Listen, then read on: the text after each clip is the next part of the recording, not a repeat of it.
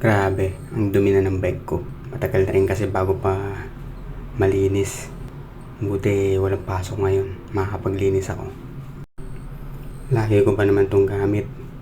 Kaya kailangan lagi ko lang pahalagahan. Pag nasira, ayusin. Huwag palitan. Kung tumumba dahil nagkamali, bumangon.